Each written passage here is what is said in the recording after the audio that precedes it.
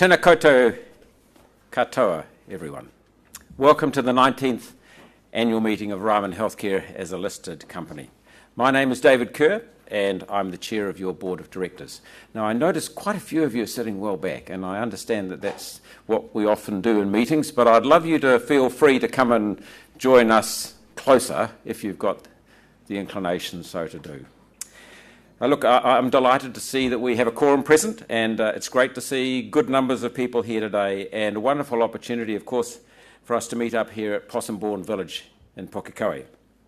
So a big welcome also to everyone who's watching us on the webcast. As is usual at an annual meeting, we have a number of motions to approve today. So I wonder if I could ask shareholders please to give their names when they're moving or seconding a motion. And in accordance with the company's constitution, the voting on resolutions will be carried out by way of a poll. The results of those polls will be announced on the NZX later today. My fellow directors and I intend to vote all discretionary proxies that we've received in favour of the resolutions as set out in the notice of motion. You should all have an electronic voting card, which was set up when you registered. And so please put your hand up if you don't have a voting card. We'll get someone to help. No, everybody's got their card? Great. Voting on the resolutions will be on a poll, as I say, and each share held by a shareholder counts as one vote. During the meeting, there will, of course, be time for questions from you as shareholders. If you have a question, if you could hold up your attendance card, wave it so that I don't miss your request to ask us a question. And then if you could wait until a member of the team brings a microphone around so that all of us in the room can hear you, but also so that those who are watching on the live stream can hear you. If you're a member of the media or you're not a shareholder and you have a question, we're really very happy to answer those after the meeting. We'll be happy to have answer any queries after the meeting with you. I read recently that a lot of companies are rethinking their annual meetings because of dwindling attendance. And I can give you an assurance today that we're not rethinking our meetings. We think it's important for you as shareholders to be able to watch us, to listen to us, relate to the directors if you wish. And I had a shareholder tell me a few years ago, I like to see the whites of your eyes. So, you know, I could add, you know, you want to hear it from the horse's mouth, but that would sound a bit odd if I say that as the horse. So look, our meetings have been really well attended, and it's great today that there's no exception.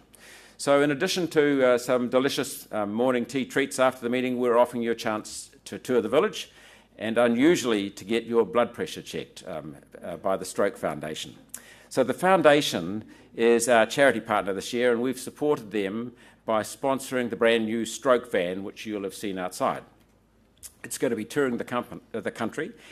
20% of people have high blood pressure, and a third of those are absolutely unaware that they have high blood pressure. So we think it's an invaluable way of getting the Stroke Foundation's message out there and making a tangible difference to many lives. They've set a target of carrying out 150,000 free blood pressure checks with our sponsored van this year. So, you know, I'm sure that you don't get blood pressure checks at many annual meetings, and I'll probably leave mine for an hour or so after the annual meeting. So before we get into the formalities, I'd just like to take an opportunity to do a few introductions, and I would like to introduce the directors. So at the far end is Jo Appleyard. So Jo is a partner with Chap & Tripp. She's a particularly skilled advocate and litigator who specialises in commercial employment and resource management law. And I can tell you that her skills are sought after by many of the larger corporates nationally, and she's got extensive experience in civil disputes. And so her experience is really wide and varied, and she acts on all manner of commercial issues. Now, she joined the board about 9 years ago, and while she doesn't provide any advice to the company herself, her skills are really evident at the board table. She's an active and valued contributor at the table. She's a member of our Audit, Finance and Risk Committee, and also of our Governance, Remuneration and Nominations Committee. Next is Warren Bell. So Warren is an experienced public and private company director. He's currently chairman of Hallenstein Glassons, who you'll be aware operate both here in New Zealand and in Australia. He's also chair of St George's Hospital, which is the largest private hospital in the South Island. and he's the director of a number of private companies. And Warren joined the board in 2011, and he is the chairman of our Audit and Financial Risk Committee, along with being deputy chairman of the board. George Savides. George lives in Melbourne, and we don't hold that against him. We like Australians in this company. He has 20 years' experience in the Australian healthcare industry. He was, for 14 years, the managing director of Medibank, which is Australia's largest health insurer. That means he's got very wide knowledge of both the systems and structures that underpin the Australian healthcare system, and also extremely good connections with relevant people, both at state and federal level. So George is chairman of the King's Group, of the Macquarie University Hospital, and deputy chair of the Australian broadcaster SBS. He's a fellow of the Australian Institute of Directors, and he chairs our clinical governance committee, and he's made a huge contribution since joining us. Now, where am I? Claire, at the far end.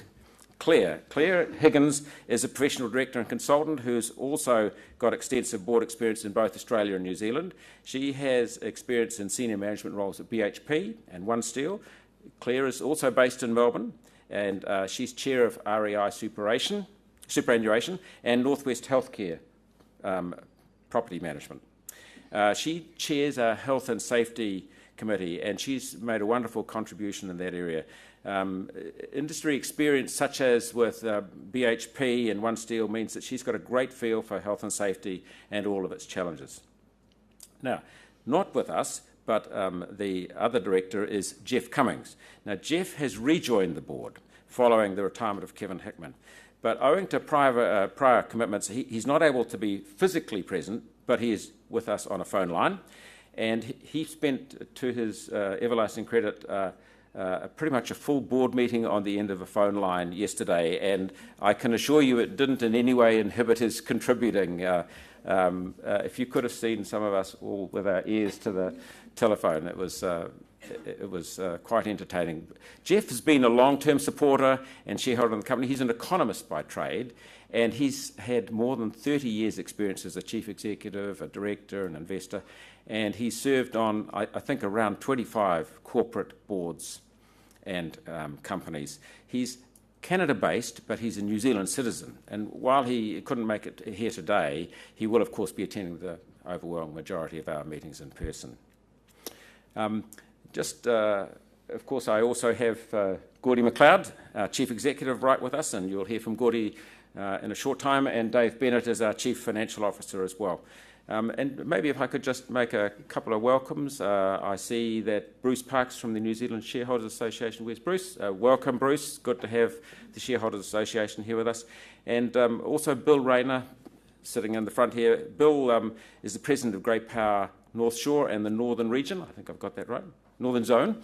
And we've had some good constructive correspondence from Bill in the last few days. And we have a long-standing constructive relationship with Great Power, which we value. So those are our introductions. The notice of meeting has been distributed, and as is normal practice, I'm going to suggest it's accepted as read. Apologies. I have one apology that I'd like to put before you, and that's for Debbie McClure. Now, Debbie McClure might be well known to a good number of you. Debbie is our Chief Sales and Marketing Executive, and Debbie has been with this company well before it floated and has been a wonderful contributor. But in terms of this particular meeting, she has never... This is the 19th annual general meeting that we've held, and she's attended all 18 of them. The reason she's not here is that her daughter is about to have a baby, and she's just about to be a grandmother, and I think that that's really important that she's there rather than here. Are there any other apologies that anyone would like to offer? No? In that case, I move that the apologies are accepted. Do I have a seconder for the motion? Thank you very much, Bruce. I put the motion. All those in favour say aye. Against? I declare the motion carried. In terms of proxies, we have had over 347 million votes in favour of the resolutions that have been circulated. Now, if I just go to the annual report, I'm going to move that the annual report and the auditor's report be taken as read. So could I have a seconder for that motion?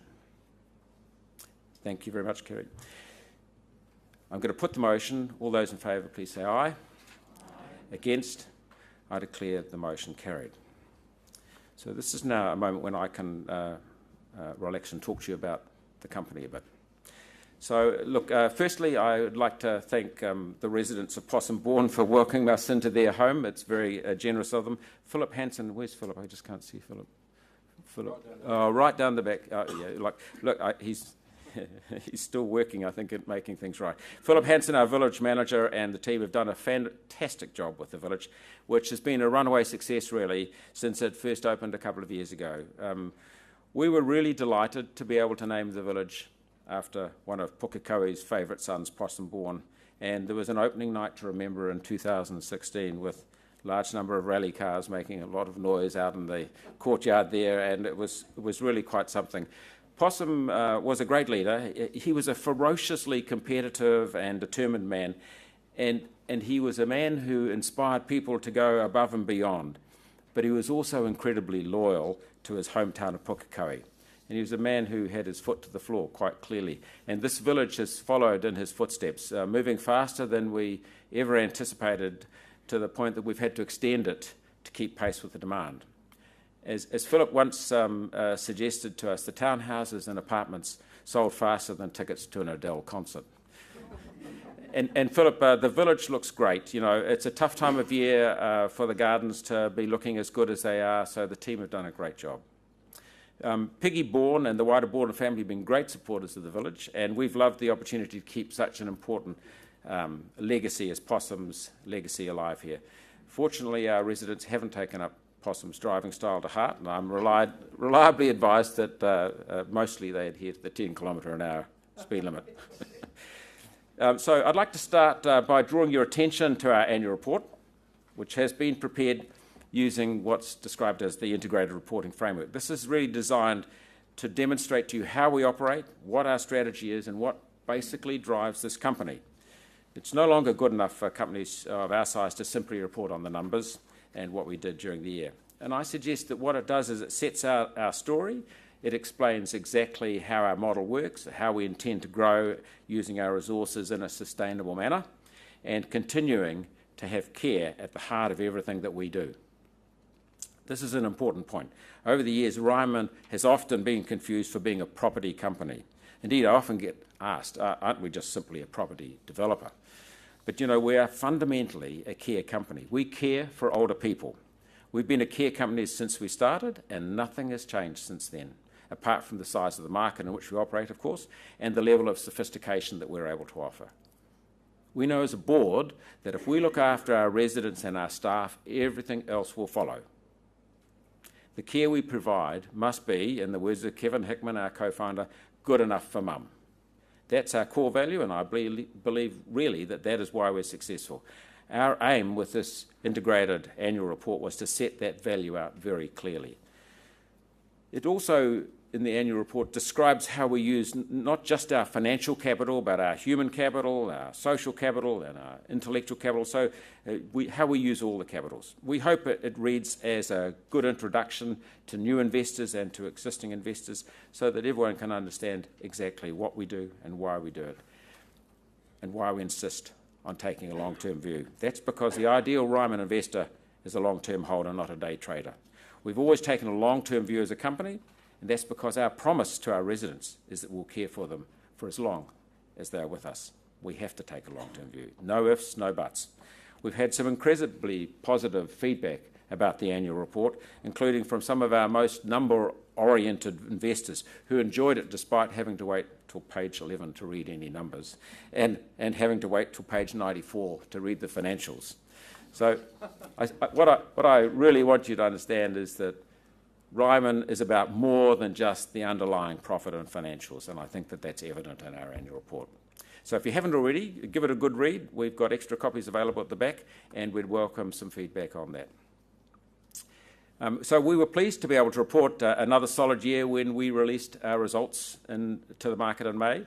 The underlying profit rose 14.2% to total $203.5 million during the year to March 31.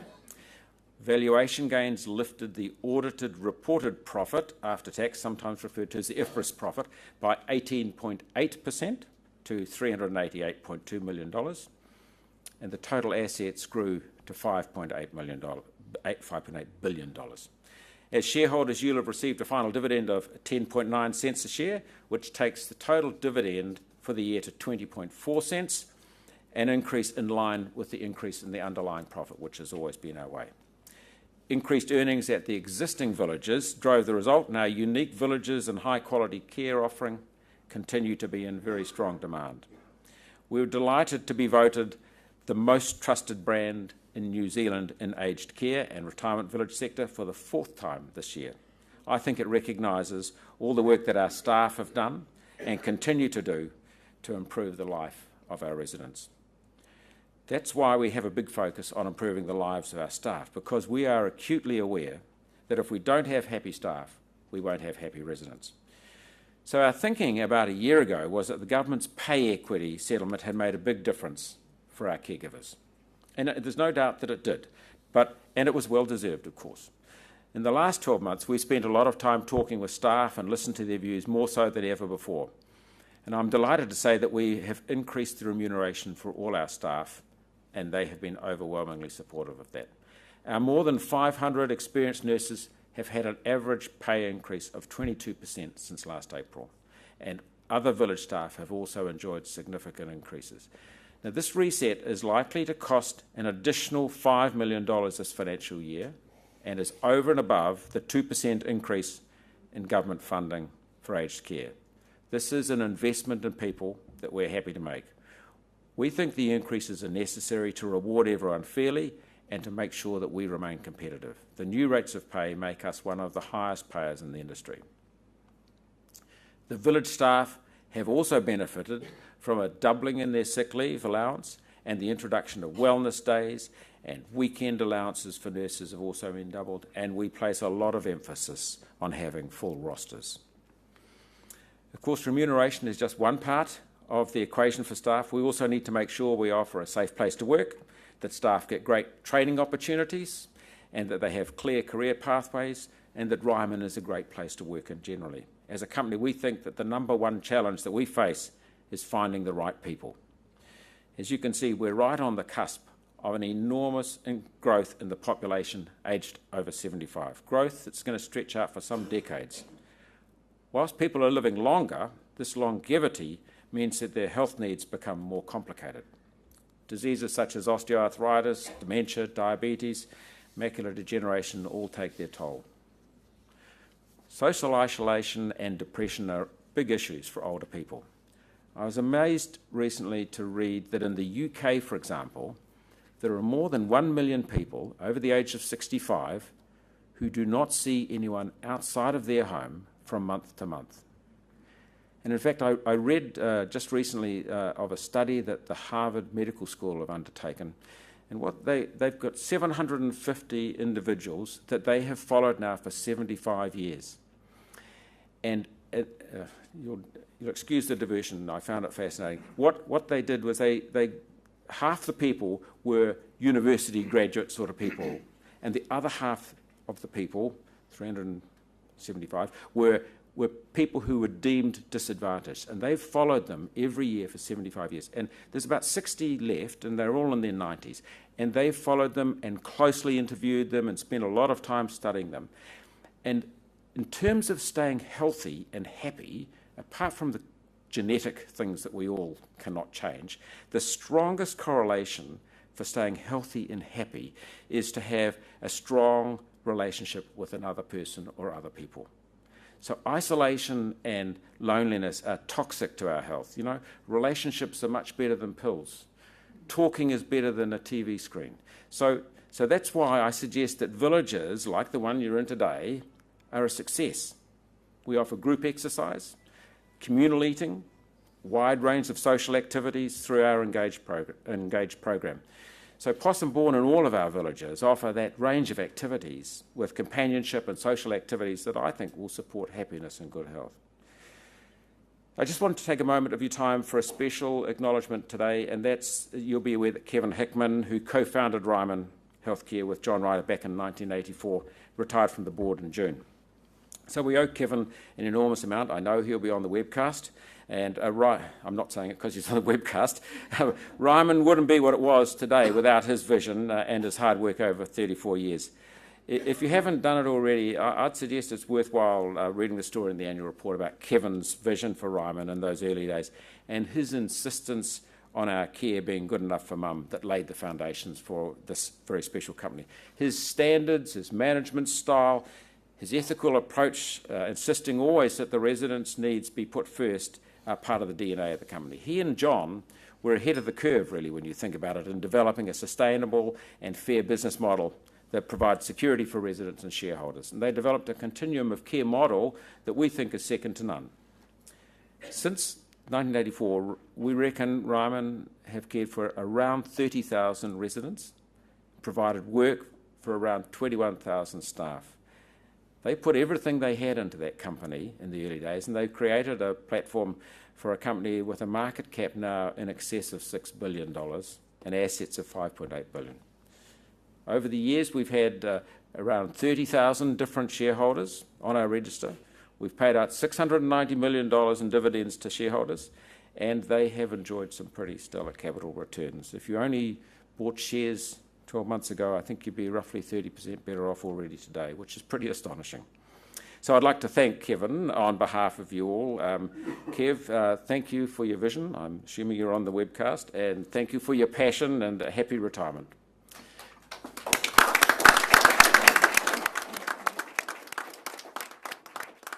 So look, just a final comment is that the board has met over the last couple of days and been reviewing progress and having lots of good discussion with the leadership. That's the real engine power of this company. And I can advise you that trading was satisfactory in the first quarter. The development program is weighted towards the second half of the financial year, as has occurred in recent years. So it's now my pleasure to hand over to Gordon McLeod to talk to you about the year from his perspective. Thanks, Gordy.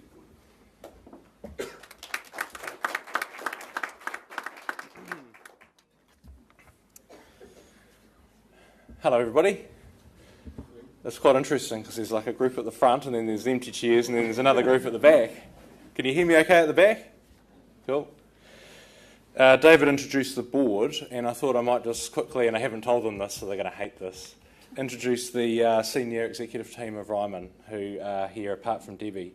So, and they're not going to be able to talk because one of our members, Tom, has completely lost his voice. So, but we'll start with Tom. Tom, do you want to just stand up? Tom is our Chief Construction Officer. He's worked for us for about 13 years now, haven't you, Tom? And all of the wonderful buildings that you see around the country, Tom and his team have done a great job of building those. So well done, Tom. And then we have Andrew Mitchell, who is our Chief Development Officer. So, Andrew and his team, they find our sites and they then go through the consenting process with councils and working with our operations teams to make sure that sort of villages that we're building meet the needs of our residents and our staff. So Andrew's done a great job this year. And like all good property developers, if you see him out doing the job, he's often got sunglasses on the top of his head. That's usually a sign that he's feeling confident. And Nicole Forster, who is our Chief People and Technology Officer. So Nicole looks after HR and technology, which is quite an unusual combination in a company. Most of the time they're separated.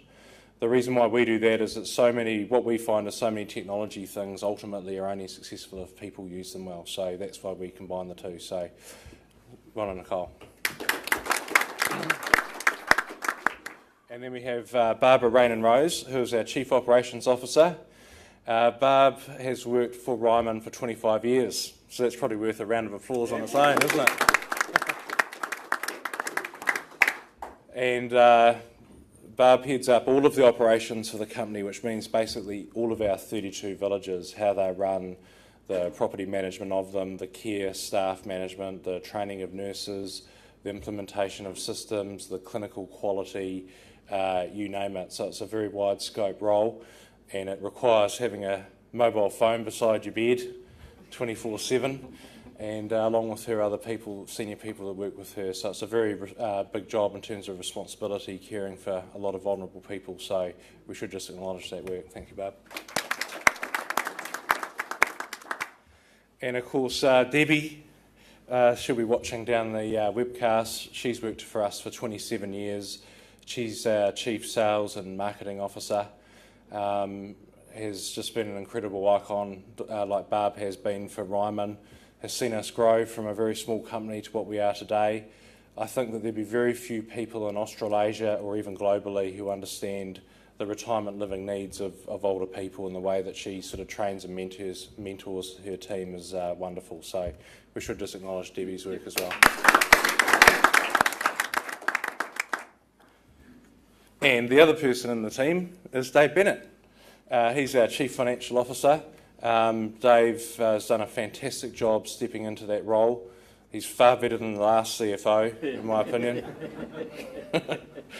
And he's really well respected by the senior executive team, provides each of them with great financial advice and input, has a really well functioning team that works for him. They were largely responsible for putting together that new annual report, which I can tell you was a lot of work. And just never puts a foot wrong. So, well on, Dave.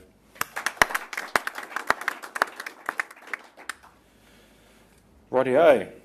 So David's mention of Kevin is a reminder that the legacy we have means that we've got pretty big shoes to fill here at Ryman. When you've got someone like Kevin who founded the company 34 years ago and has left such an amazing culture, and it's our job as a team to maintain that culture forever. I've really loved my first 12 months on the job. There's been no shortages of challenges, but it was pretty satisfying when we did turn in a reasonably good result when we reported in May. The highlight for me, though, definitely is the visits I have around the country, visiting our villages and our construction sites. What have I done here? I've lost the slide. Yeah. Kevin was a firm believer in management by walking the floor, and that's what I've been doing. It's really humbling to visit our villages and to meet the people that make such a massive difference to the lives of 10,800 residents we've got around the country. When I speak to our staff and I ask them, you know, what really does it for you in terms of working for us, and almost all the time I get an answer from different parts of the country that it's all about the residents, or we just love looking after the residents, and that's just the natural, instinctual answer from our staff. And you can see the huge amount of commitment and effort that people put in to do that. The other thing that happens is that often when I leave a village, people that have sort of seen me round during the day, and I try and sort of go a bit like undercover boss. The only person who knows I'm coming is the village manager, so I don't make too big a deal of it. Is that people will often wait at reception so they don't miss me leaving, because they are desperate to tell me about the commitment of some of the staff that have personally affected them. And it's pretty humbling actually when you hear those sort of stories. So in a nutshell, that's what makes our villages tick. And it's just the same for the construction team. So I was reading our Yammer, which is our social media internally at Ryman, the other day, and a chap called Matt Hutchinson, who's a very senior construction manager with us. He posted a picture, it was a really beautiful picture at Devonport of the sun coming up in the morning and sort of seeing the kind of views that our residents will see. And there's a shot of Devonport there. And interestingly, he didn't sort of talk about the crane in the background, because sometimes we do get posts on cranes and this is how good this crane is, and it's actually better than the one at the other site. But on this occasion, he said, "Isn't it amazing to think that our residents will wake up to this view in about a year's time?" And that's all he said. And you think to yourself, that is why our construction team gets so fired up to do such a good job for people, because it's not just about building, it's about the fact that our construction team and Tom's team, they're very connected to the fact they're building communities for people. And I think that's what makes our construction operation really different, is that people can see that that they're part of a team that is building something that they don't just walk away from, that it's part of the DNA of the company.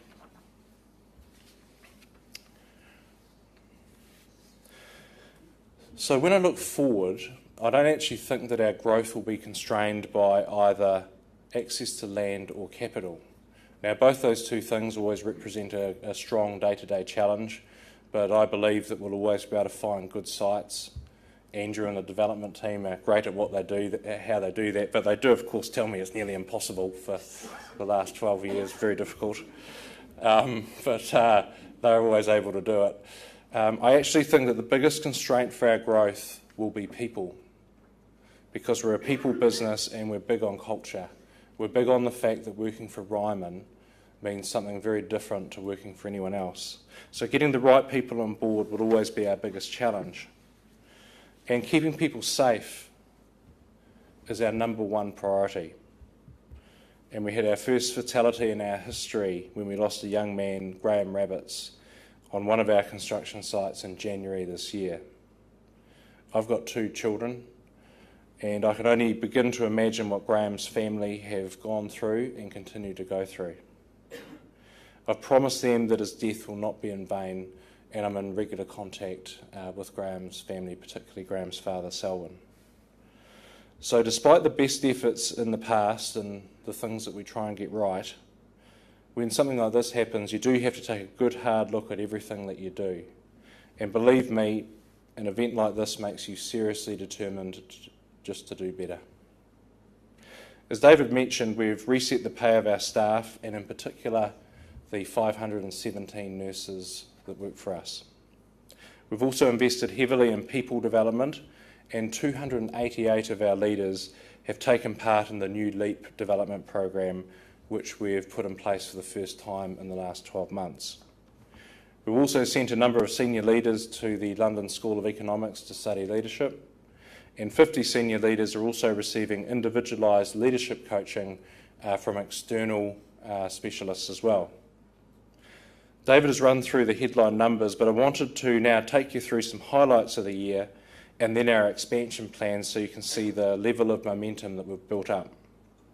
We ended the year with less than 1% of the portfolio available for resale, and occupancy in our care centres was 97%. Now you can compare that to an industry average of about 89%. In fact, right now it's about 88%. We made great progress in raising the standard of our care even higher. And we achieved a milestone actually a couple of weeks ago. We now have 20 of our New Zealand villages have 4-year certification from the Ministry of Health, which really is the gold standard in care. We've also recorded our best ever survey results across residents, their families and our staff. And so when your residents and staff are happier than ever, that's great, but we also get lots of good feedback during those surveys, and so we know exactly what we need to do to also improve, which is so important. At last year's AGM, I mentioned that we were just about to start the rollout of My Ryman Care. Now, at that point in time, we had a lot ahead of us to achieve that, and it's worthy of celebration. I know Barb's really pleased about it, and her team, and also Nicole's technology team, is that we've just celebrated the successful completion of the rollout of My Ryman in New Zealand. So I think that's worthy of a round of applause. There's this great quote from Thomas Edison, you might have heard it. Genius is 1% inspiration and 99% perspiration. And we've been perspiring in the last 12 months quite a lot. And it's gone incredibly well. We think that My Ryman is a game changer in care for both our residents and for our staff. It was a nursing-led project and delivered ahead of schedule for more than 3,000 devices installed in residence rooms throughout the country, and Melbourne will obviously be next. It frees up paperwork and means that our staff can actually spend more time caring for residents, and the team are excited about the potential for future innovations which we can use from what we've installed and what we've learnt. For those of us that read the business pages and read about technology projects, what do you normally read? Cost overrun. Yeah, we've got cost overrun there, failure, not delivered on time, any more starters. People actually hate the system. So this project has been delivered on time, people love it, and it's working. And we've been able to do it across 3,000 rooms, and by training over 3,000 caregivers and registered nurses. And that is a remarkable achievement to do that in 12 months across 31 villages. So so it's just worthy of noting. One thing to talk about something, another thing to actually get it done. It's one of the biggest investments we've ever made, and it's a real testament to the whole skills of the team. We've also put a lot of focus on building our teams as well as our management capabilities. We've put significant extra resources into every stage of our development, design, consenting, and our community relation processes and teams. Because it's at that front end, as we gear up in Melbourne, that we need to get our resource in the earliest so that we can start the throughput. You'll be aware we have an aspiration to have 5 villages open in Victoria by the end of 2020. As you know, our first village has been open for some time now, and there's a reasonable gap between the first and the second. But we're delighted to say that our first residents will move into our second village very, very soon, called Nellie Melba at Brandon Park. And that's a picture of our fabulous Nellie Melba construction team, with Travis at the front there, who's the project manager, and just to his left is Marty Osborne, who is our Victorian construction manager. And Marty's like the perfect person to be helping us in Australia. He built 2 villages for us in New Zealand. He's done 20 years construction in Australia, so he knows both the local environment and he knows Ryman. He's very dedicated to what we do. We have development approval for our 3rd village at Coburg, and we hope to get construction underway by the end of this year. There's a picture of Coburg there. We actually haven't built it. It actually does look like we have, doesn't it, in that picture? With the car there. Very clever, these development guys with their pictures. But it looks pretty cool, actually. Also revealed today some great news. We've just received development approval for our 4th village at Burwood East in Melbourne. Although we've got the development approval, there is still building consent to complete for the whole site, and this may take some months. So one of the differences in Melbourne is that you have to get all of your building consents for the whole site at once. Whereas in New Zealand, you could get building consent, say, for those first stage of apartments there at the front and then get on with it. So that just takes a little bit more time. We're also working on getting development approval for what is likely to be our 5th village in Victoria at Geelong, and we'd hope to be underway in the next 6 months or so. Just down the road in Hamilton, in addition to that, we have another 3 sites to develop, 2 on the Mornington Peninsula, 1 at Mount Eliza and another at Mount Martha, and the 3rd is at Aberfeldy in Melbourne, which we announced in May. We're working on designs for all 3 now. So in total we have 7 new villages to build in Victoria, and the development team is also searching for more sites, and in fact we discussed a few with Andrew yesterday at the board meeting, as well as new sites in New Zealand as well, of course. We've been just as busy in New Zealand. We added to the land bank with new sites at Karori in Wellington and also at Havelock North. In Auckland, our Logan Campbell village near One Tree Hill is selling fast. It's a stunning village with, you can just see there, can't you? Fantastic views around Auckland.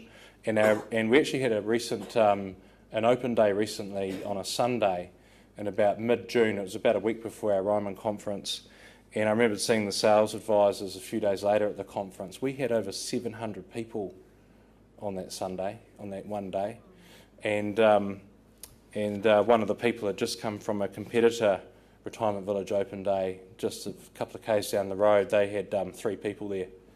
So that's always good to hear. We're not competitive at all.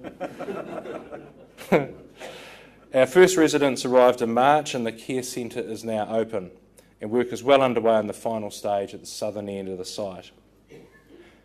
As you can see, our Linfield village is taking shape quickly, and our first stage is on track to open in November.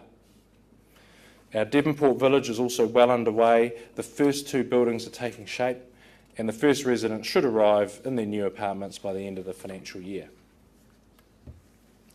just down the road in Hamilton, we have earthworks underway at our new village at River Road. Local iwi recently held a karakia with us at the site ahead of major earthworks. However, if you drive past that site today, you won't see much activity. And that's because we have recently discovered some pre-European remains on site, and we're now working through the required archaeological protocols with Heritage New Zealand and also with local iwi, and it's likely to take a couple of months to put those protocols in place and recommence significant earthworks. However, because this is happening during the winter, it's not the same as having that sort of delay during the summer months, which are much busy from a build point of view. Next off the rank, are likely to be our Lincoln Road and our Hobsonville villages in Auckland. Lincoln Road, we've actually just submitted for consent, resource consent with Auckland Council, and Hobsonville, we're busy designing that up to put that through the planning process as well. So as you can see, the team has got a lot going on actually in terms of new build and sales, and we've got a great runway ahead. We've invested heavily in our staff and in our leadership development during the year, and also in the care of our residents. And we're looking forward to another very productive year ahead. And you know, when I joined Ryman, and the reason I stay, is that it's a real privilege actually to, when you go to villages and you see the care that we provide for people and the opportunities that we provide for people who work with us. It means that you're part of a company that both does good things for people, and also is successful. And it's actually quite rare to be at a company where you can enjoy those two things.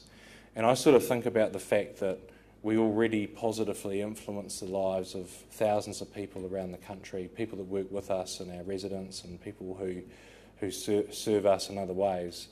And if I think about the next 5 or 10 years and the opportunities for us to positively influence thousands of more lives as we complete our development programs and continue with our expansion, I think we've got a very exciting future ahead. So thank you.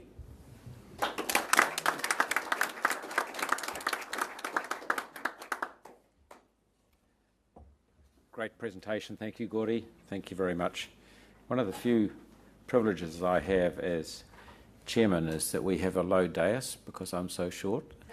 You'll notice that poor old Gordy has to sort of look down like this. It's the only privilege they confer on me, actually.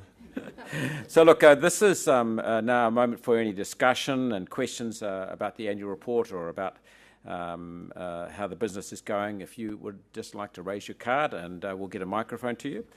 As I mentioned earlier, we will be available for informal discussion after the meeting, but we invite any questions.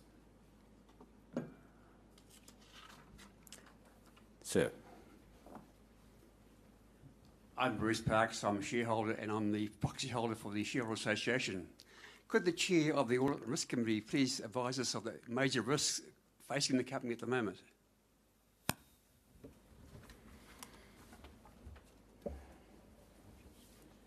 I think probably the areas that Gordy has touched on, health and safety, is right up there. We have an awful lot of people working at a large number of sites, and also in mature villages. You'll be aware that we've also got a comprehensive refurbishment program of existing villages. So the health and safety is right up there. I think the other underlying risks haven't changed too much. I think that, as you're aware, Ryman has been very successful and has grown in an orderly manner. I think we are very conscious of making sure that that consistent performance stays there, and we don't try and do too much too fast, and some of the wheels start falling off. So I guess it's execution is a really key part for us. So more of the same. And focus to detail. I can testify that the executive team who have been introduced here are very hard-working and very, very focused on the detail. We're very conscious that our brand, protecting our brand, is right up there. We jealously guard the brand that we have, and are very conscious that we don't want to see it damaged in any shape or form. So, off the top of my head, does that answer your question? Thank you. Please. On the way this morning, it's full of discussion about construction costs. Can you give us an indication of how the costs are in New Zealand and Australia and how you're containing those? Yeah, look, I can make a start on that, Bruce, but it might well be better to have Gordy do that. Look, in New Zealand, there has been some increase in construction costs, and more particularly in Auckland, where there's quite a lot of pressure on both the labour force and materials. Not as evident in Australia, but just reading about the number of hotel beds, for example, that are going to be built in Auckland over the next few years, I can see a steady increase in pressure on both costs of materials and labour costs.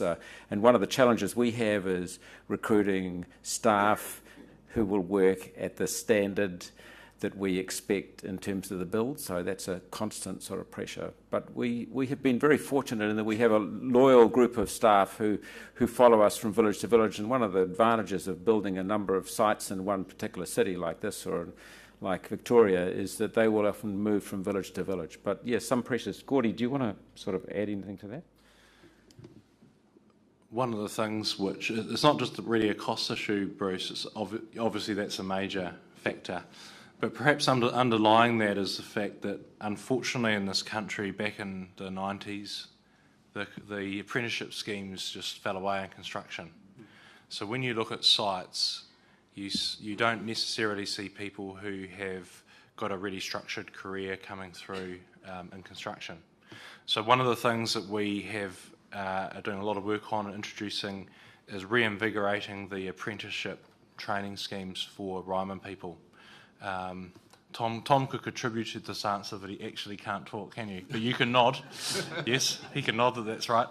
And so that's one of the real challenges, because if you don't have appropriately qualified people on site, just the numbers you need sometimes to get the same work done changes as well. Over the last 4 years in Auckland, there's been about 40% house price inflation. In the last 12 months, that's been minus 6.5%. But nevertheless, even after that decline, it has more than offset the construction cost increases. So it hasn't harmed us in the here and now. And I think, and my view is that we're probably fortunate. We're a bit fortunate in that we've done a lot of work in Auckland in the last few years with Pukekohe, Birkenhead, Bruce McLaren, Logan Campbell, a number of other sites. We've got 2 on the go at the moment, but our longer term aspiration is to be opening one village a year in Auckland, 1 in New Zealand outside of Auckland, and 2 a year in Melbourne. So the focus on Auckland is one part, it's a quarter of the construction risk, if you like. So we're very comfortable in managing that. We have seen some recent anecdotal evidence of some of the sub-trades in places like Christchurch, where activity is dialing down, who are showing more interest in actually being active in the Auckland market, and those are actually starting to show some reasonably positive cost reductions. And one of the ways to access things like that is to have great relationships with people, and that's how our construction business runs, by looking after sub-trades well. We always pay people on time, we run organised sites, so people want to work with us. In Melbourne, the construction costs at Nellie Melba are actually very similar to the construction costs we had at Weary Dunlop, which is interesting because that was 4 years ago. So there hasn't been this sort of construction inflation in Melbourne as there has been in Auckland. One of the reasons for that is that there was an apartment oversupply in Melbourne, and that actually kicked back there's a bit of sort of overcapacity there. So it's not a bad time to be building in Melbourne, but there is a lot of infrastructure work coming up in the area as well, so we need to keep a close eye on that. Thanks, Bruce. Sir.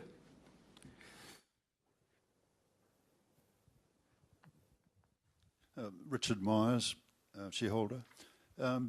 Because of the desire to try and achieve the growth rates that the company's achieved in the past, and the size of the projects and the number of projects that have to be on board to achieve that.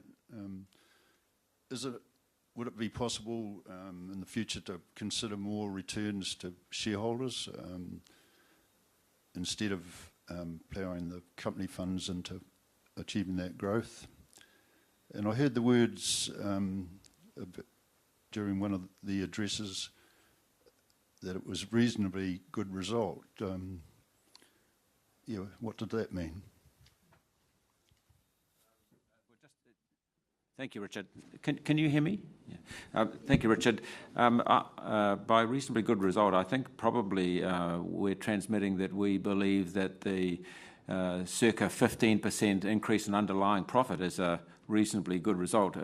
It's actually not one that I can think of any other company that's managed to do that reliably as we have done. So I would say reasonably is understating, in my opinion.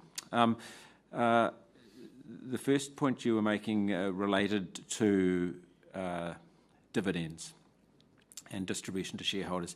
The approach we've taken has always been to return 50% of the underlying profit and to shareholders by way of dividend.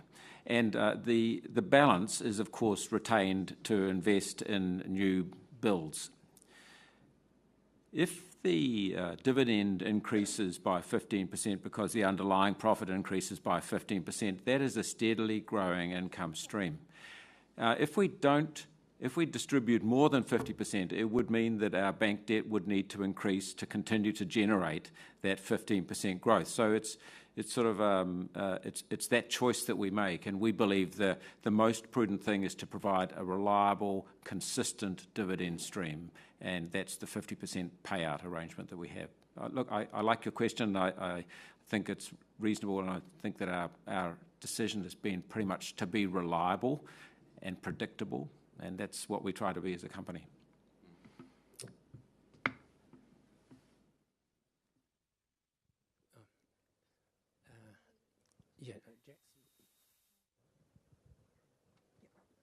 Jack Suhoi, shareholder. I think the previous one before that one asked the questions about construction costs. I heard this morning on national radio a spokesman for Sudima Hotels. He was actually complaining that construction costs for hotels in New Zealand were about 40% more than in Australia.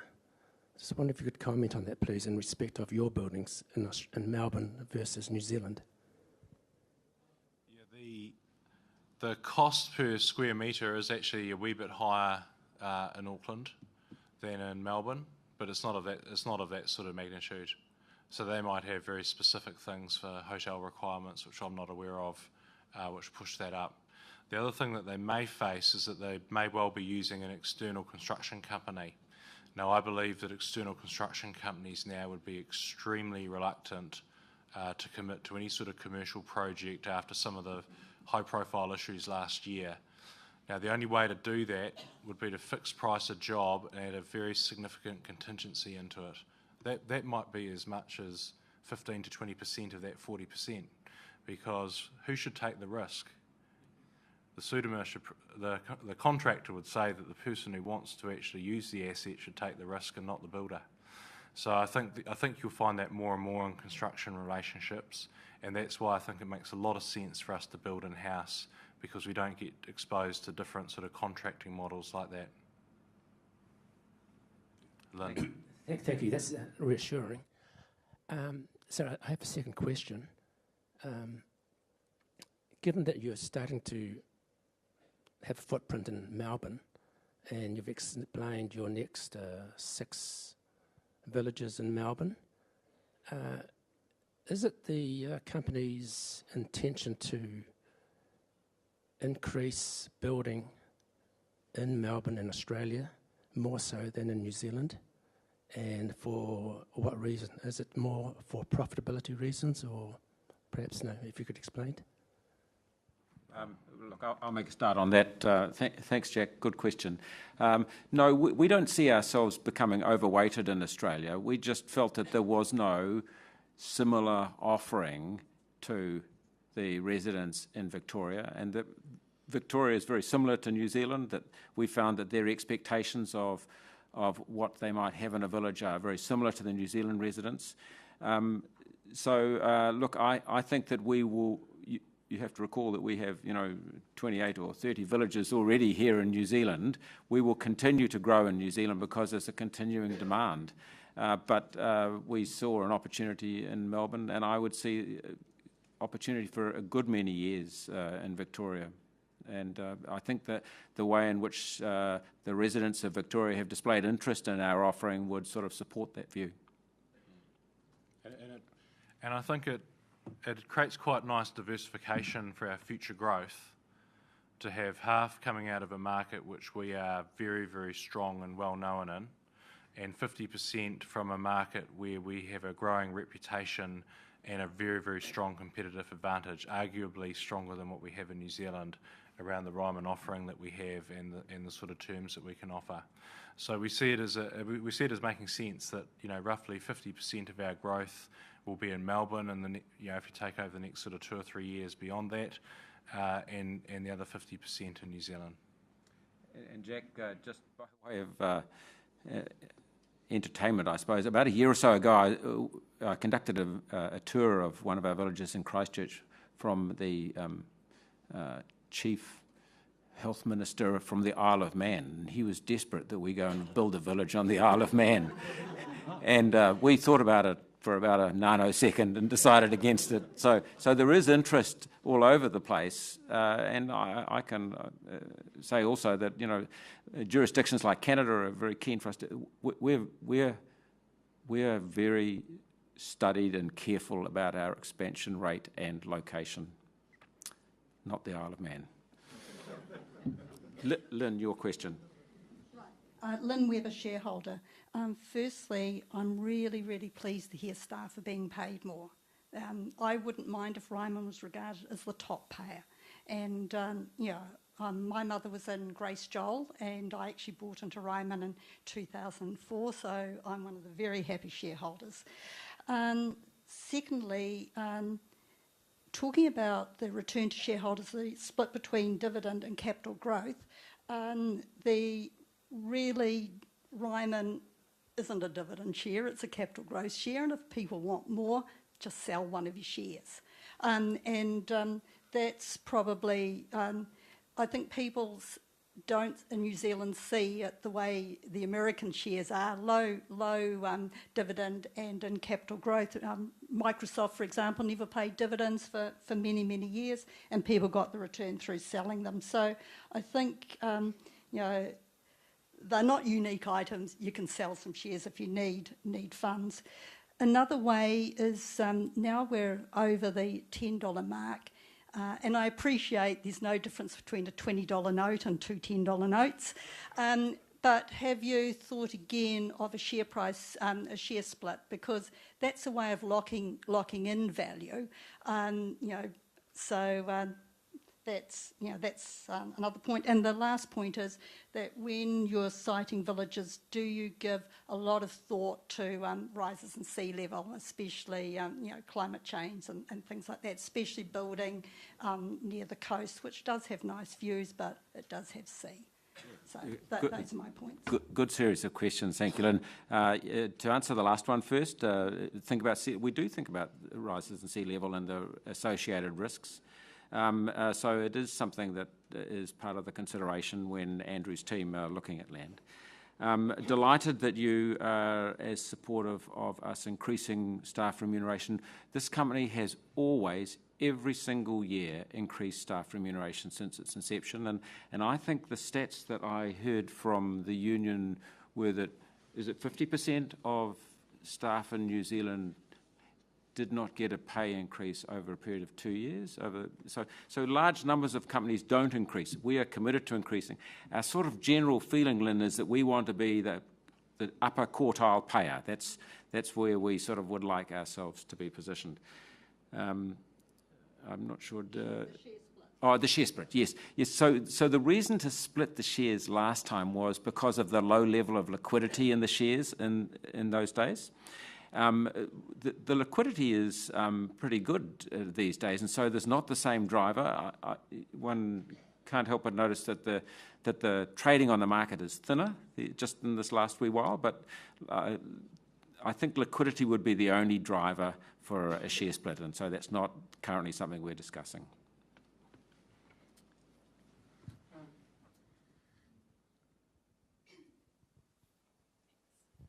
Good morning, my name's Yvette Taylor, I'm from E2. We welcome the extra $5 million that you've put into staff wages over the past year, but I just was wondering if you could be a bit more specific about the wage increases for your lowest paid staff, the cleaners, the catering staff here today, and laundry staff, and also just given your most recent comment to the last question about wanting to be in the upper quartile, would Ryman Healthcare support becoming a living wage employer? Do you want to take the first one? Yep. So when you look at the median wages across Ryman, so for those of you who didn't do school cert maths recently, that's just sort of ranking everyone. So rather than taking averages of sort of higher and lower, the median pay for our staff is actually $22.50 across all of Ryman villages. The living wage is $20.55. So the median wage, the wage that the majority of staff enjoy at Ryman is 9.5% above the living wage. For people who very first join us in things like kitchen, laundry, housekeeping, the starting wage we've lifted significantly this time round. It's actually $18. So the minimum wage in New Zealand by legislature is $16.50. Okay, so being $1.50 above the minimum wage for people with no experience who first come and join us, we saw that as a fairly significant lift and 9% above the living wage. Above the minimum wage. So I think the combination of the fact that the majority of staff are above living wage, that we've lifted our starting wage significantly, and for people who do start on $18 an hour, they have a 10-year-based guaranteed pay increase schedule, which takes them into the $19 type territory over a 2 to 3 year period. And in addition to that, we would also do general wage increases as well. The other thing that we've done, Yvette, is that in the last 12 months, we have doubled our sick leave entitlement for staff who have been with us for a couple of years, so a full-time person who's worked for us for a couple of years. The feedback we got was that if you're a healthcare worker or working in a village, we actually don't want people to come into work if they are sick. And obviously in the winter people get sick, and it makes it really, really difficult for people, the statutory allowance. The statutory allowance is 5 days. So what we did was we doubled that. We took it from 5 to 10. We actually made one of those extra 5 days what we call a wellness day, where there's no requirement for the person to be sick, if you like. It's a day for someone to look after themselves. So that was a really significant change. And also for registered nurses, their overtime loading has now doubled from as a result of the review we've done as well. So we've done work right across the board, as well as our unit coordinators, who are typically registered nurses, are all participating in that Ryman Elite program, so they're getting a lot of leadership development training as well. You might want to mention rosters and full rosters. Gordy is another strong initiative.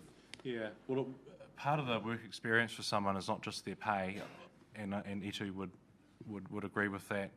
It's also about your working conditions and your rosters, organisation of rosters.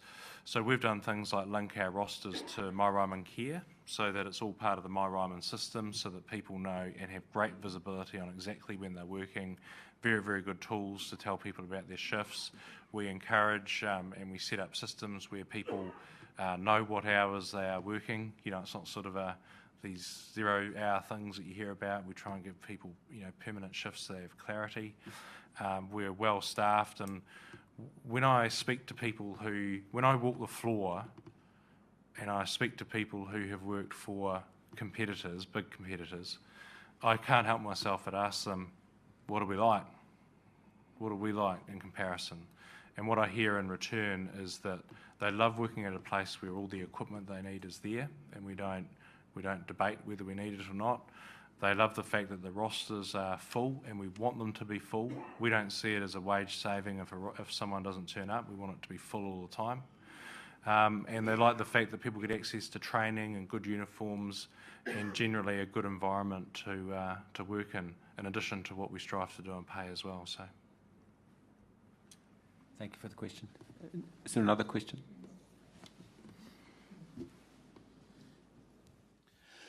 Thank you. Bill Rayner's my name. As the chairman said, I'm the zone director in Auckland for Grey Power and also the president of Grey Power North Shore. And Grey Power's always had a very good working relationship with Ryman. And it was a bit of a shock when the North Shore Association lodged an objection to the resource consent for the Devonport Ryman Village. You would have seen in the picture just how unique that particular site is. And it wasn't as though Grey Power didn't want a retirement village in Devonport. It's critically needed, but the bulk and size was sort of probably not in keeping with the general heritage and seaside elements of the community.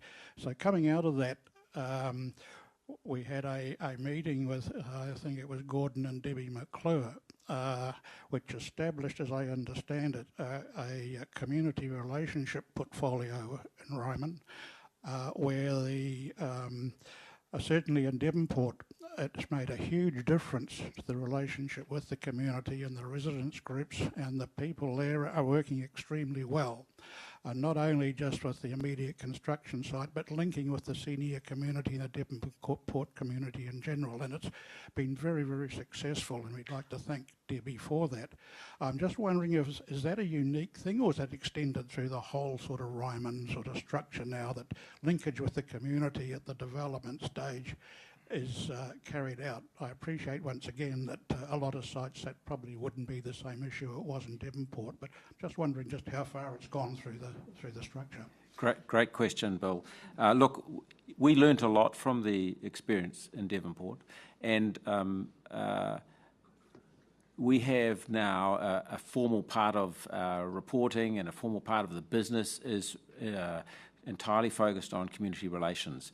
We understand the importance of being responsible citizens in the community, and so Debbie and Andrew work together with every site that we acquire to relate to the local community, to relate to the groups that operate in that community. And so I can assure you that the learning experience from Devonport has been carried forward to every site that we've acquired since then, and it's been a really valuable transition for us. So yes, thanks. We could have done a lot better, I think, at Devonport if we had thought that through, and so we learned from it.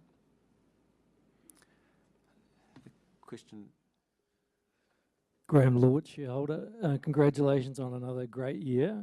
And two questions. The first one really is around staff engagement and turnover. So it's great to hear all the things you're doing around remuneration, leadership development and other things. How is that panning out for you in terms of actual staff turnover and staff engagement, and any light you can shed on that versus competitors? So that'd be the first question. The second question is, you've had a remarkable history of producing sort of 15% plus growth in underlying earnings.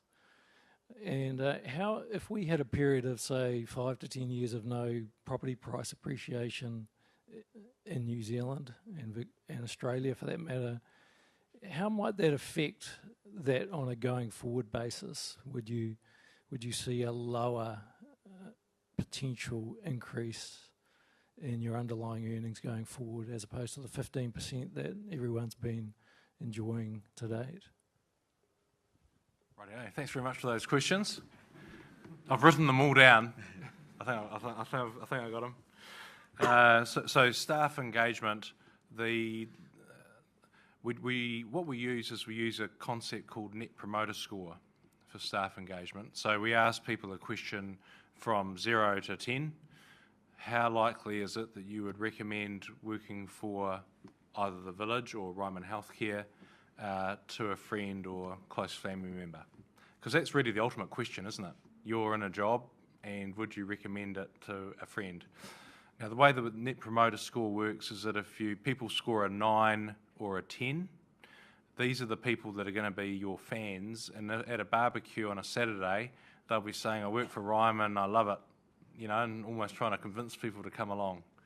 The 7s and 8s maybe have a couple of wee grizzles, but generally positive, but they're viewed as being sort of neutral. They're not really fans. And then people who are 6 and below, typically people who are actually quite disgruntled about a few things. So we record that data across our staff, and we actually had the highest turnout for our staff survey this year that we've ever had. The respondents increased by 2,000 people, which is really good. That in itself shows that people are more engaged because they feel they want to complete something and they'll be listened to. Now, we keep it in the company what the scores are, but we actually had a really significant increase in staff engagement this year, and that was down to a whole range of factors, I think, ranging from leadership development to pay to perhaps listening a bit better to what our staff were telling us. For example, the 2 pay reviews that we've done this year, one in November, one in July, rather than us telling our staff this is how we think it should be, we actually had a combination of our HR teams and our regional operations teams going to each and every village and creating a whole day opportunity for people to privately feedback concerns and issues. So I think we've got a lot better at listening to people and listening to concerns. Staff turnover has declined markedly actually over the last sort of 12 months. Again, it's not really, we regard that as reasonably sort of sensitive data, but I think it's a combination of people just enjoying the work experience more, better pay conditions. We do find that people in their first, say, 6 to 9 months in the job are the more likely people to leave quickly. And I don't really see that change happening. Sometimes being a caregiver just isn't for someone, and a very demanding job. But once someone has worked for us for a year or so, staff turnover is actually very low. If you look at the, I'm just trying to write my scribbled notes here. Oh yes, 5 to 10 years of house price inflation going nowhere. So if we take the 5-year example, we actually had that happen from 2009 to 2013. Property prices dipped 10%, then they came up, but overall they went nowhere for 5 years. We were able to produce good profit growth during that time, and I believe we would be able to again for a couple of reasons. One is that we have a very significant resale bank of embedded capital gains, which is well over $700 million. And as our villages mature, we'll see the number of units that are available for resale increasing. So we'll have our resale gains will just steadily increase as we have more units become available for resale. Most of our portfolio is actually quite young. It's been built in the last sort of 5 or 6 years. We'll continue to be able to produce a good development margin during those sort of conditions. What you tend to find is that construction costs go nowhere either if house price inflation goes nowhere for 5 years. They're very closely related. So we believe we'd still be able to get a good development margin on what we're building new. The care business, of course, is totally unrelated to the property market, and the deferred management stream is really a function of the entire existing portfolio in any case, and doesn't vary as a result of price. So over a 10-year period, that would put a little bit more pressure on the extent of the resale bank expansion, obviously. So towards the back of that 10-year period, you probably could expect profits to be reduced a little bit, but equally development margins would be growing as we lift our build rate.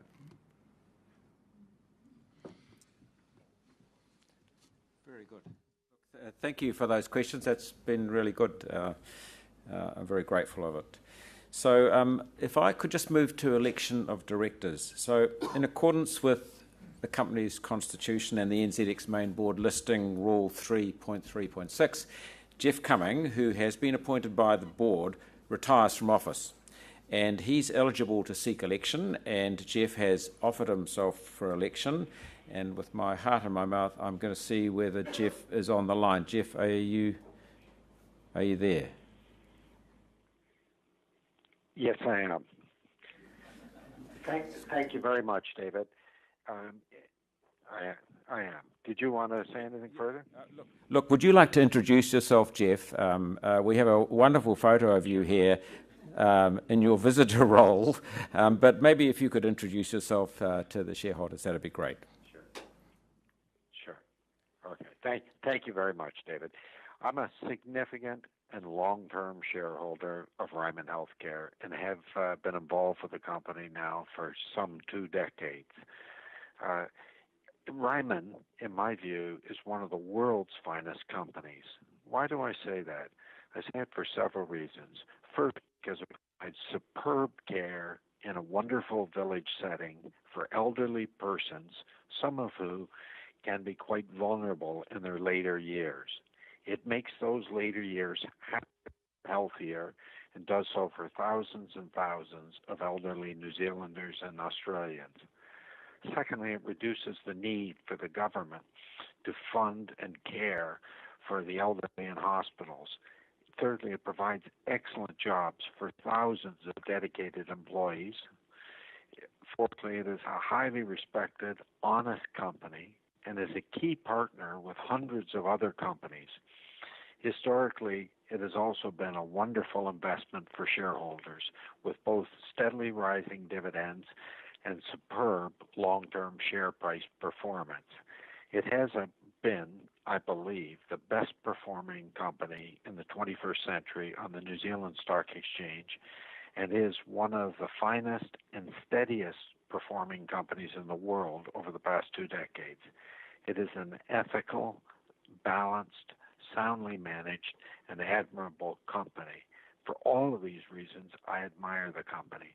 As a director, I bring a multi-decade, multi-continent CEO background and extensive board experience to Ryman. I try to bring an international orientation and also long experience as an economist and professional investor to the boardroom. And it's for these reasons that I'm very proud to be associated with Ryman and would be honored to continue as a director of Ryman Healthcare. Thank you very much, Jeff. Thank you for those words. So, look, it's my pleasure to move that Jeffrey Cumming be elected a director of the company. Do I have a seconder to that motion? Thank you, John. So, can you please mark your voting cards in the way in which you wish to vote by ticking either for, against, or abstain in the appropriate place on the voting card? Thank you. Now, in accordance with the company's constitution, Warren Bell and Joe Appleyard retire by rotation at today's meeting. Warren and Joe have both offered themselves for re-election. Warren, would you like to introduce yourself?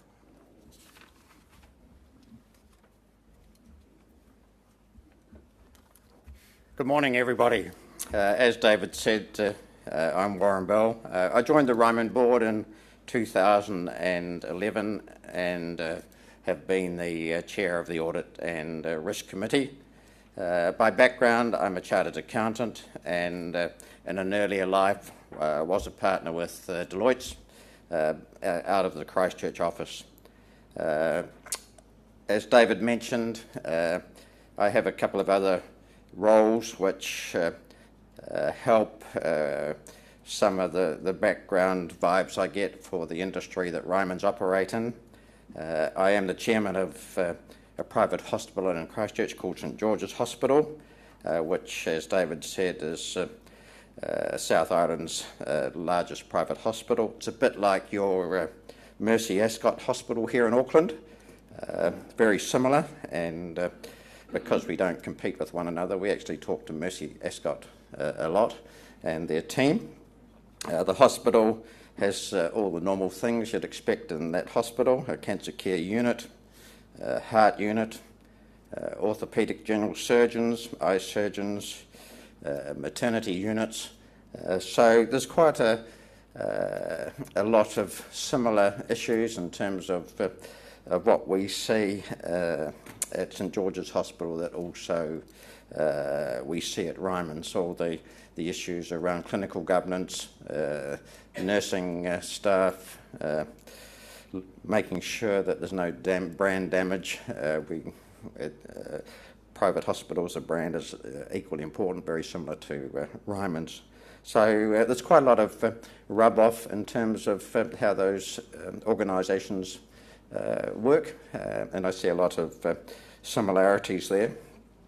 As David mentioned, I'm also the chairman of Hallenstein Glassons, which is an apparel group, which is a bit further away from the retirement village industry. But I think what's interesting for me there is that Glassons now have over 35 shops down the east coast of Australia, mainly in Sydney and Melbourne. So I spend quite a bit of time over that part of the Tasman, and some of the landscape issues that are popping up in the retail industry group will also rub off into the retirement sector that we have in Melbourne. So I find there's some learnings there for me, both ways, from both crossover both industries. So I think that for me is helpful. So I am involved, as David said, in a number of other, mainly private companies. So I think there's some good crossover in some of those areas. On a more personal note, I've had family members. My wife's mother has been in Ryman's Anthony Wilding village for 5 or 6 years. Unfortunately, she passed away, so she's not there now, but I was a frequent visitor to her through the various aspects of that village journey that we're all familiar with, from the apartments, serviced apartments, and later on the hospital. So I have been a mystery shopper is the wrong word, but I have been in the family visiting team for a number of years, and I found that experience was very humble and very amazing, really. The people in our villages and what they do for our residents and patients, I found absolutely amazing, and I can assure you that the culture that's and the core values that are mentioned in that the latest version of the annual report about being good enough for mum or dad is really evident when you're doing the visiting cycle. So I think that I think that's been quite helpful to me to be in and out of those villages and interfacing with other families who are doing the same thing. My wife was very impressed with the entertainment program they had there. They all got dressed up for St Patrick's Day. The Canterbury Racing Week down in Christchurch was a bit like one big party for a whole week. So it's amazing the experiences that our team put on for the people who have made their villages their home. So it's been very humbling, as I say. As a number of people have said, Ryman's is a really great company and is a leader in the sector we're in, and everybody is really focused on making sure that that stays exactly where it is now.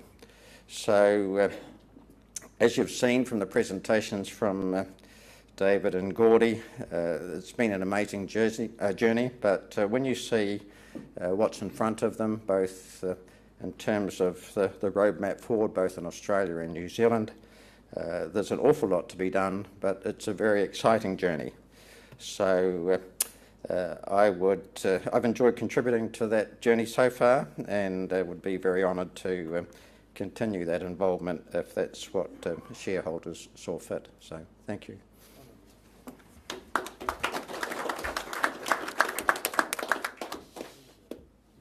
Thank you, Warren. It's a pleasure for me actually to also move that Warren Bell be re-elected a director of the company. Do I have a seconder for that motion?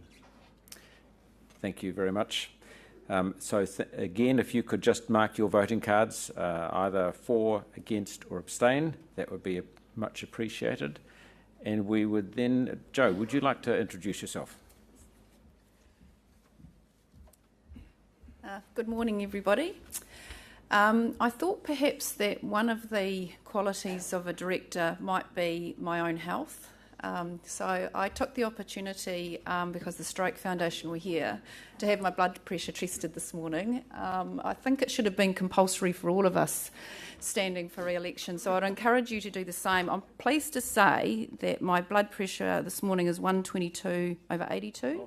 So I think that the GP would tell me that I'll be around for this cycle of election anyway. I'm a Christchurch-based director, and if I have the privilege of being re-elected by you, this will be my 9th year. Now, in some companies, 9 years might superficially seem like a very long time to be a director, and there are arguments for refreshment of directors, but Ryman is not like other companies. Ryman is a company that is in the business of providing healthcare that is good enough for mum for many decades to come, and that will be well beyond my lifetime. We don't sit down each year and say, let's build another 4 villages that look like the 4 before and increase our growth 15%. We say that we are on a journey of evolution, and I actually still think that we're in the very early stages of that journey. I think we're probably not toddlers, but I don't think we're out of the teenage stage yet. On the issue of skills that I can bring to the board table, I have 2 other roles. I am a partner in the litigation department in the national law firm Chapman Tripp, and in that I specialise in resource management, which is the consenting of very big infrastructure projects, and also in employment relations and general risk. So I see where these things go wrong, and including in health and safety. I also sit on the New Zealand Markets Disciplinary panel, so I see when things go wrong with listed companies. In my job at Chapman Tripp, I unfortunately get to see where things go wrong, and I think I can bring those learnings in those areas of my expertise to Ryman. Now, having been around for 9 years, I have seen paradigm shifts in Ryman's thinking over those 9 years in the areas that I have expertise in. In terms of consenting and obtaining resource consents, which is what I do for my day job, the sites are now very big. The consenting is complex, and there's a heightened risk of neighbour opposition.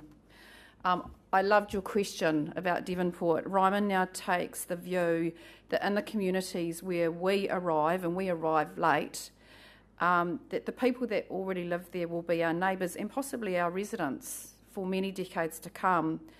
And we now put consultation before we even start putting lines on pieces of paper at the forefront of our processes, and that's new. In the area of employment relations, when I arrived at Ryman, we were locked in various battles with the unions, which signifies problems in relationships with employees.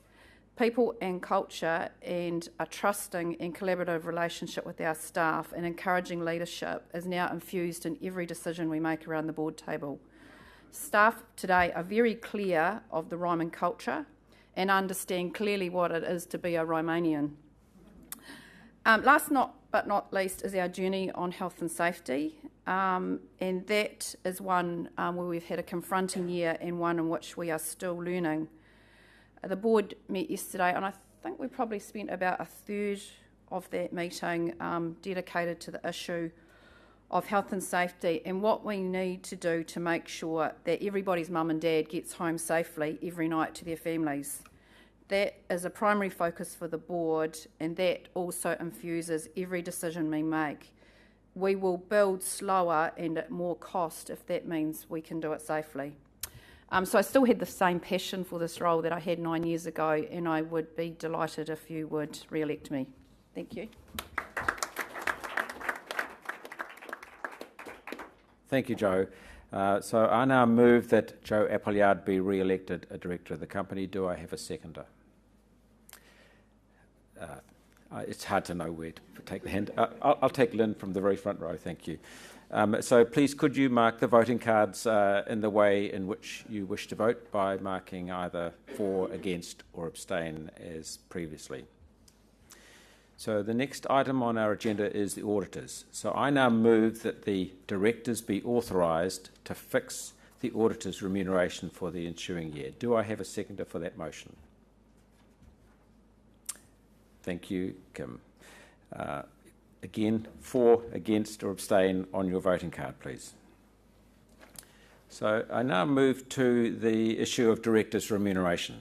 And in talking about that, I would acknowledge that the pre-reading material we provided you with was maybe not as comprehensive as it might have been and may have led to some confusion. But the motion is that the maximum aggregate amount of director remuneration, or the fee pool, that could be paid to the directors of Ryman be increased from $910,000 to $985,000.